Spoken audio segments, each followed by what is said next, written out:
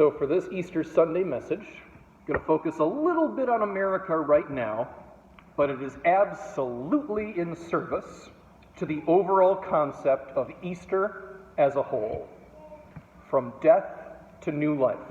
When all seems lost and Jesus is dead and laid in the tomb, just hang on. The cross leads to the empty tomb and seeing Jesus once again on the road to Emmaus. In American culture, for a while now, there's a phrase that people say from time to time. It's been around longer than Biden, longer than Trump. It's not about any single person. And that phrase is, our society is in decline. Our civilization is one in decline. Okay, fair opinion. But if you're going to say that, our civilization in decline, what exactly does that mean? How do you choose to measure civilization?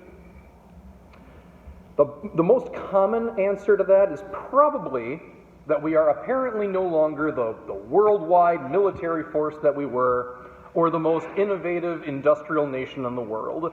Whether that's true or not, some people feel that way, that we're no longer the top of the heap. That answer is unsatisfying, though, because there is a lot more to being an American than our military might or our wealth or any of that stuff. That said, I do agree with the statement that our civilization is in decline. And we can point to quite a few symptoms that lead to that conclusion. Let's keep it to 3 today, shall we?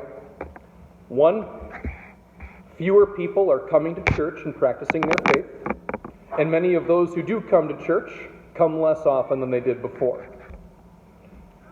Symptom 2, most of us have no clue who our neighbors are.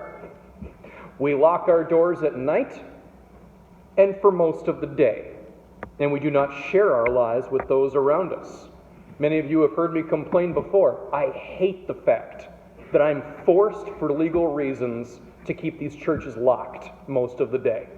I think that's a crime, and I'm powerless to do something about it. And 3, we are constantly bombarded with messages that tell us that family is nothing but annoyance and frustration, that children are a disease, and that we are perpetually on the verge of disaster. We hear those things so often that we can't help but start to believe them, entirely independent of whether or not they're true. You gotta wonder how much of our collective anxiety is entirely man-made. Now take note. Those are all symptoms. None of those things are the problem.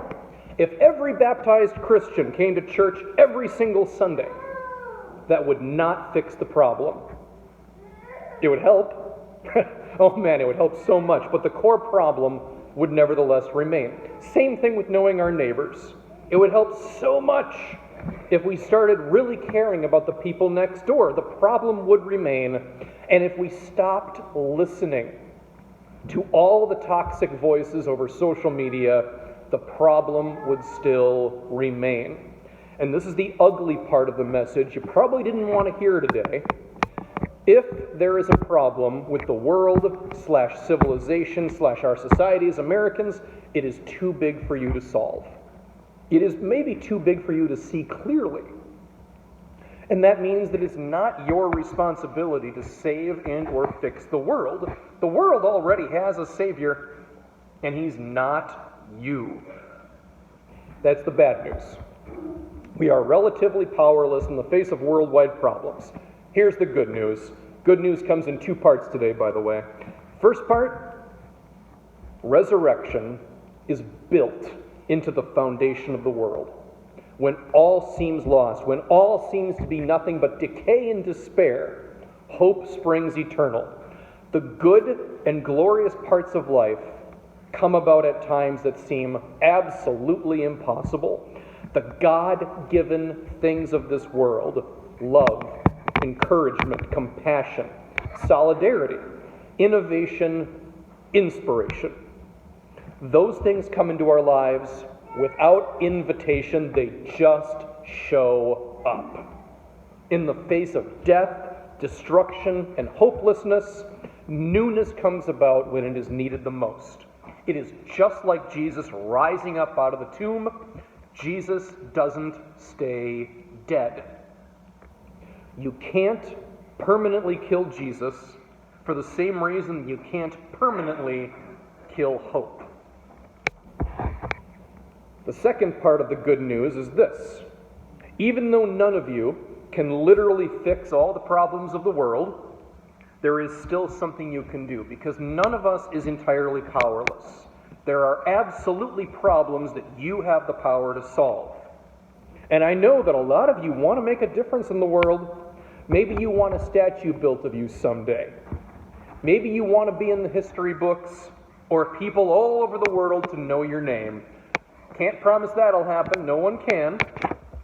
But regardless of how the future plays out, there is absolutely something that you can do. You have the power to better the lives around you. And so I will ask you directly, can you be proud of yourself? When you look at yourself in the mirror, if you have actively saved the life of one person, are you willing to admit that your life has merit and purpose if you have improved the life of one singular individual? Because if at least that much is true, then you have in fact done your part in saving the world. You have done that which God most expects of you. He wants you to have a strong relationship with Him and for you to do your best for the sake of those around you. Can you do that? Can you come to church as regularly as you can for the sake of nourishing your soul? And can you make an effort to better the life of your neighbor? Because it really does boil down to those two things: love of God and love of neighbor.